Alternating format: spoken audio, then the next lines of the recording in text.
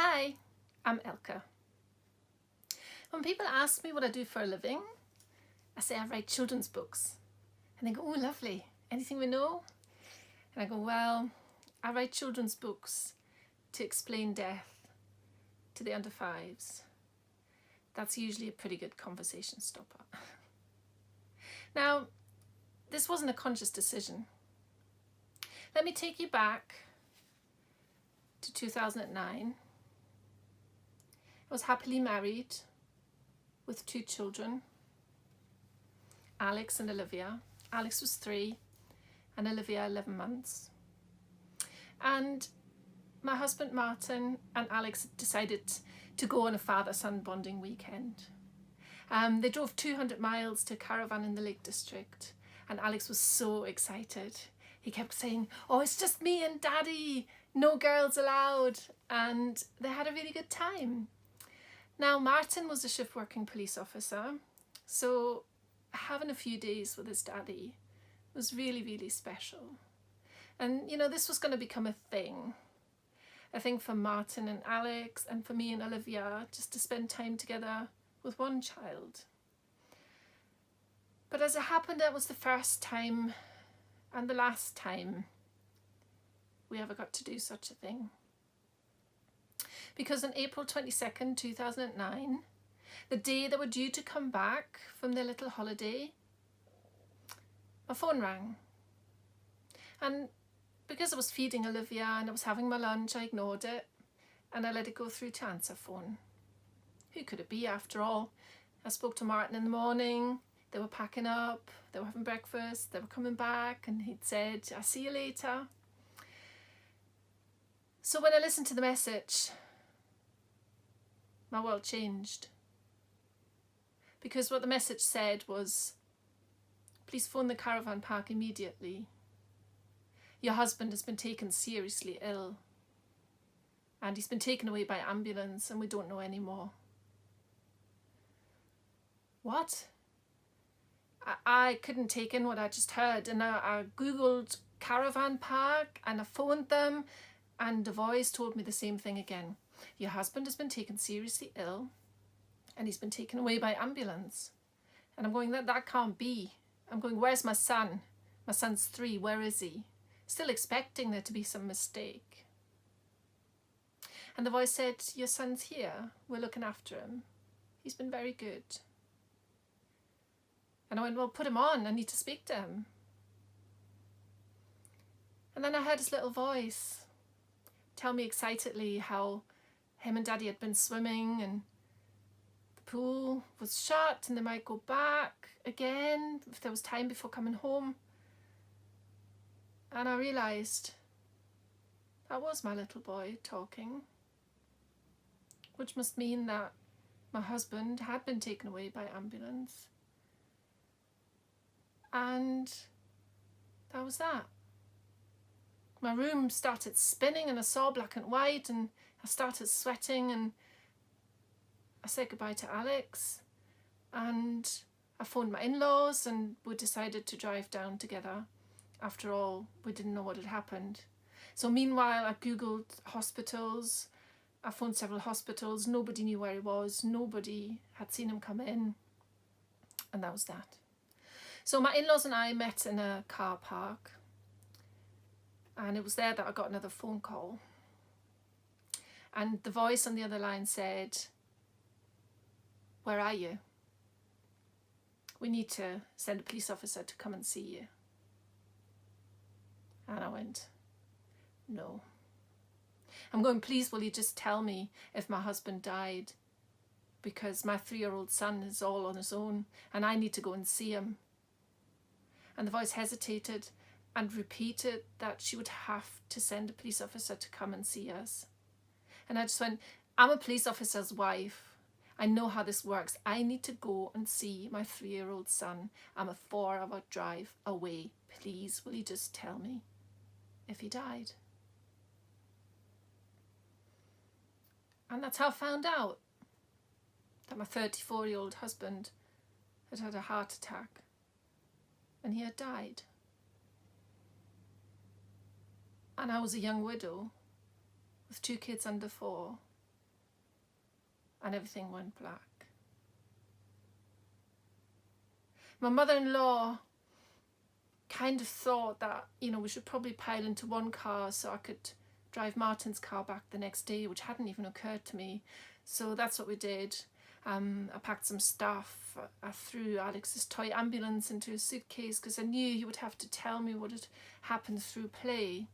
And sort of bizarrely, just by pure coincidence, I'd read an article about childhood bereavement a few weeks earlier.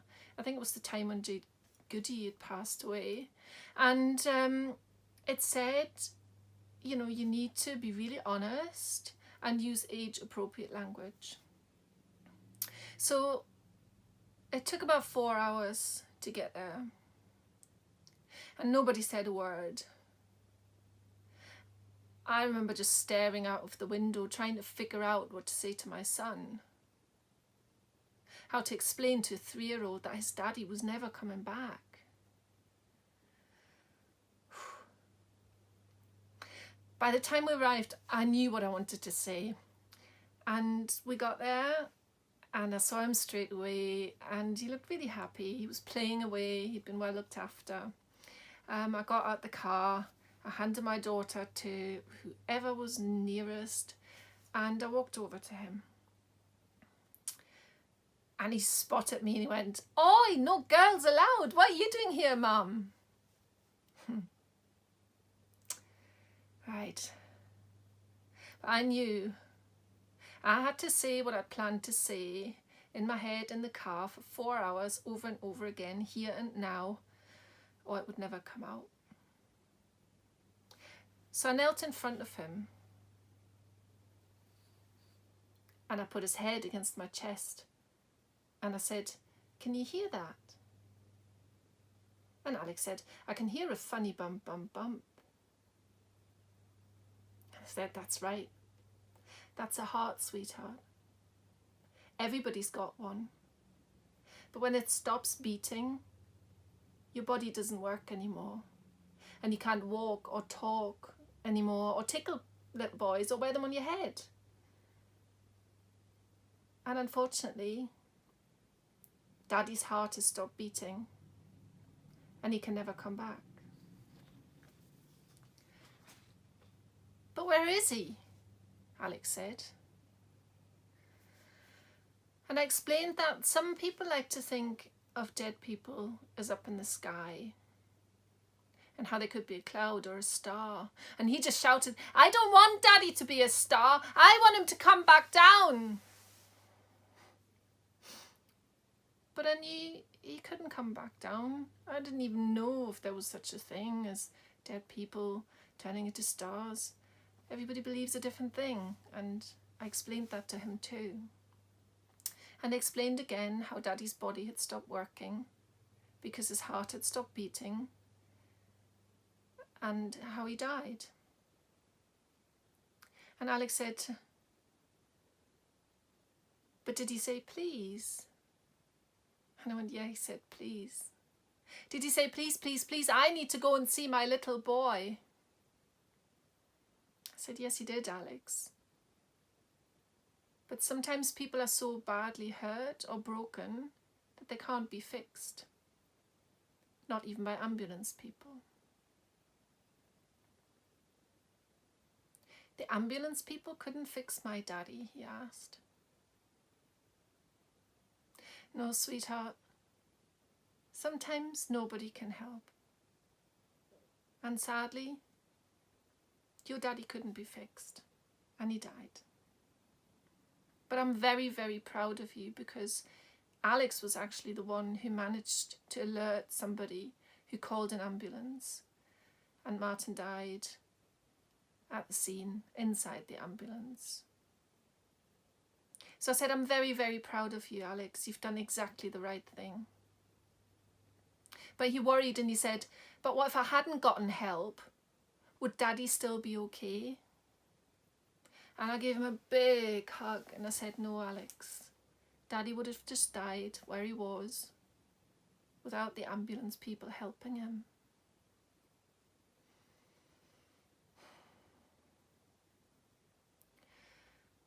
For now, the questions stopped. But child grief is different to grieving adults. It's often described as jumping in and out of puddles, because what grieving children do is they go through developmental stages, different comprehensions. When they're so small, they don't know anything. So they could be happily playing 1 second, and then they can be really upset the next, and all the way through they will just ask you questions again and again and again.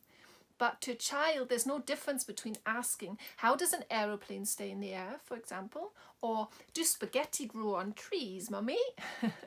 Or, what happened to daddy's body? What does death mean? For you see, when I ask you this question, what picture pops into your head when you think about the word death?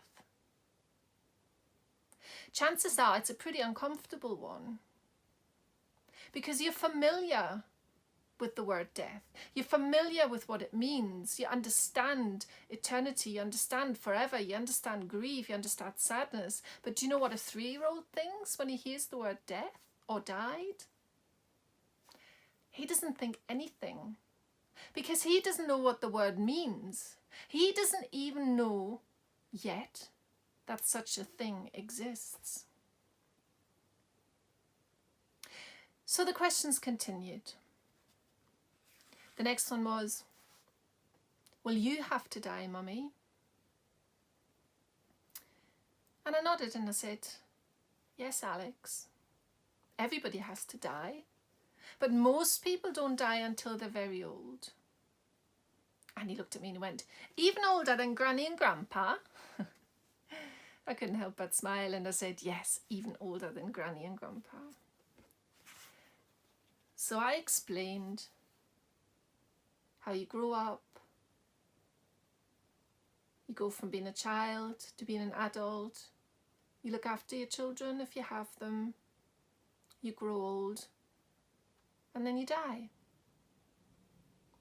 Most people. And straight away he asked, can children die? And again I said yes, but it doesn't happen very often, so please try not to worry. And then he went, who will look after me when you die, mummy? And I said, well, Auntie Silke will. But what if she dies? Well, then Oma and Opa will. But what if they die? Then Granny and Grandpa will. But what if they die? And he was so worried that I didn't just rubbish it and say, oh no, that would never happen.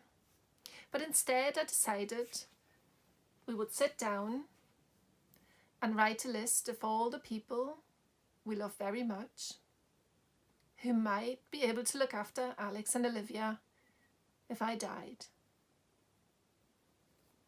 And that reassured him for a bit. Then one night in bed, he looked at me and he went, how many more sleeps until Christmas, mummy? And I'm going, I don't know, 167? He's still 3, by the way. And he goes, right, okay. And how many more sleeps until I have to die? I didn't know what to say. See, there's all these people who kept telling me that children are too young to understand and that they would just forget. The thing is, they're not. And I have to be honest, I wouldn't have chosen to sit my kids down at that young age and explain that, you know, everybody has to die. But I didn't have the luxury not to do that. The first death we'd encountered was the death of the daddy. And it was up to me to help them understand. So I thought, let's get a book that'll help me explain what had happened, that will explain death. But I couldn't find anything. Eventually somebody recommended Badger's Parting Gift. But as soon as I read it,